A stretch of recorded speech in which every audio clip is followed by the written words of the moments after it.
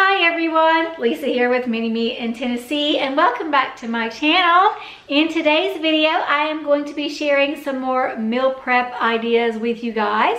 If you want to see what I meal prepped this week, just keep watching.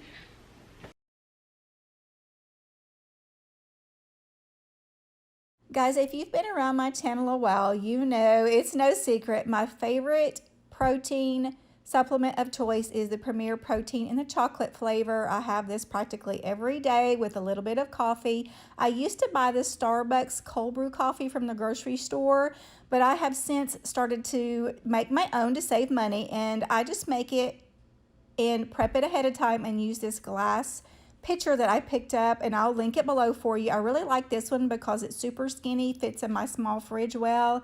It has this bamboo lid on it with a silicone ring, keeps it fresh. I just make it ahead, and my coffee of choice right now is the Newman's Own Organics. I pick it up at Sam's. I store it on my counter in this huge glass jar, which I'm loving. I'll link it below for you as well if I can find it. But there's no special technique to it. I just put the K-Cup, of course, in my Keurig on the 10-ounce setting, on the strong setting, and then I just keep making cups over and over again and letting it cool and then pouring it into my glass pitcher. And then I put it in the refrigerator, and I have it ready for me in the mornings for when I want to make up my protein shake. And on here I'm just showing you that I use distilled water in my Keurig. That way it keeps the inside of my Keurig clean, all the working mechanisms inside. We have really yucky water here in the apartment, so I do have to buy this distilled water, but I think that's what's recommended. But as I was saying, I just pour it over and over and over again into the pitcher until I fill it up.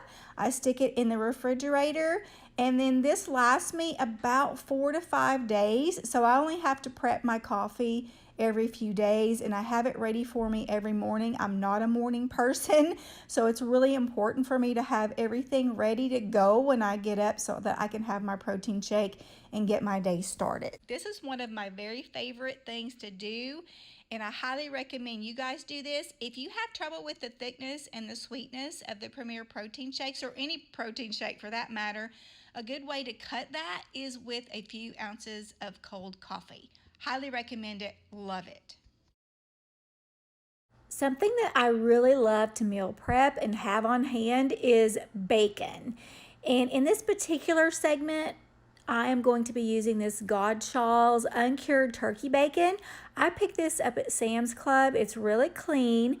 This is a huge package. It's about 2.5 pounds. So I will do half of the package and then freeze it, and then pull it out and let it thaw and do the other package at a later date, which is what I've done today. So I have just lined a baking sheet with some parchment paper. I'm going to fill my baking sheet up with the bacon, and I'm going to put it into a preheated oven at 400 degrees for about 15 minutes. I like my bacon a little on the crispier side.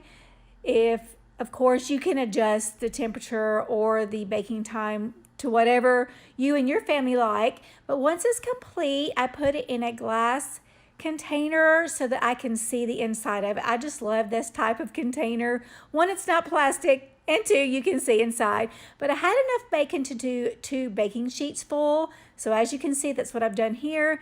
Just putting it away, storing it in the fridge, and my husband and I will have bacon to eat on all week long. We not only use it as a breakfast item for eggs, we also use it during the week for sandwiches. These are really, really good on grilled cheese. You can chop them up, dice them up, put them in salads. It's an amazing way to get some protein.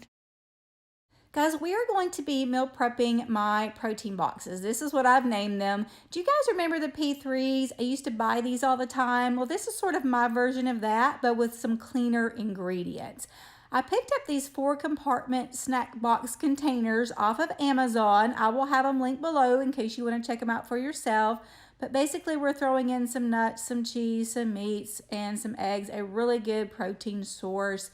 And I like to sort of mix up my cheeses and my nuts. Here, this particular week, I'm using pecans and walnuts. Picked these up at Sam's, a really good value.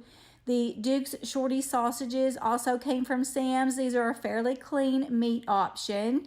And this is also from Sam's. See a trend here. The Havarti and Gouda cheese bars. These are great because they're individually wrapped. It keeps them fresh. In regards to the nuts, I do make sure that I portion these out into 1 serving size portions because my husband, guys, is nuts for nuts. He loves nuts, and if I don't portion them out, he'll eat way too many. But as you can see here, we have 4 compartments. I do nuts in 1, cheese in 1. I put my meat snacks in 1. And for these sausages, I like to trim off the ends because of the casing there. They take the ends of the casing and sort of twist it, and I just don't see any point in eating that part. So then I just cut these sausages in half with the scissors. It's really easy to do it that way, and throw those in one of the compartments. It fits great if you cut them in half. Throw in a hard-boiled egg, and this makes a great source of protein. My husband likes to grab these on the way out the door in the morning. Sometimes he has them from breakfast, sometimes he eats them for lunch, and they're really good for me as well because sometimes when I'm working from home, I get really focused on what I'm doing and I forget to eat. And when I forget to eat and I get really hungry, I tend to grab things that aren't good for me. But when I have protein boxes like these made up and ready to go in my refrigerator, I will grab these instead of junk. And these work out so well for me, guys. I highly recommend these for you as well. I am going to be meal prepping some caprese salad, which is one of my all-time favorites. Here I'm showing you that I picked up some basil from the grocery store. It's fresh basil, but it was poor looking. Yeah, I need to grow my own, guys. Just grow my own. When I get into my house, maybe I can do that. But I'm just going to put it in some water here to sort of wash it and hopefully bring it back to life a little bit. Here are some juicy, plump, red, delicious on-the-vine tomatoes that I'm going to just wedge up for my salad. In this little jar, the white stuff you see there, that's actually some soft mozzarella cheese. I picked up some from Sam's Club, and it's sort of a large tube shape, but it worked out really great for this salad. They have the pearls as well, but I needed it for a different recipe, so that's what I had on hand. And here you're seeing me just chop up this poor looking basil. And to dress up my salad a little bit, I'm going to be drizzling over some olive oil, adding some pink Himalayan salt, adding some cracked black pepper, so good. And I didn't have any Italian seasoning on hand, unfortunately, so I just decided to add in some oregano leaves, and that worked out just fine for me. In regards to my balsamic glaze, I picked some up from Trader Joe's, and guys, it's so good. I really enjoy this, and it is the most delicious part, I think, of the caprese salad. Yum, yum. And this turned out so good. It doesn't keep that long in the refrigerator, but it goes really fast in my house, so it worked out really well. My favorite butter is the Kerrygold butter. Guys, this butter is really clean and it is grass-fed and it's out of Ireland and it is so good. It's so creamy. If you can imagine your ancestors, your great-great-great-grandmother turning butter, to me, this is what it would taste like. It's so good, but I like to keep mine on the counter so that it's ready for me for toast because in the fridge, it's sort of a hard consistency and it's really hard to spread. So I bought this butter keeper, butter crock, whatever you guys want to call it, but it's a stoneware, it's glazed stoneware, and all you have to do is pour a little bit of cold water in it, and this butter will keep on your counter.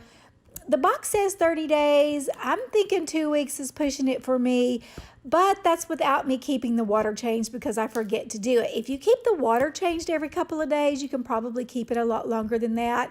But I just sort of soften my butter out on the counter and then I smoosh it down into the bell part of the butter bell with a knife to sort of get all the air pockets out of it. And when I go to spread this on toast, it is the perfect consistency. This has been a lifesaver for me, and this is something that I prep every week and a half.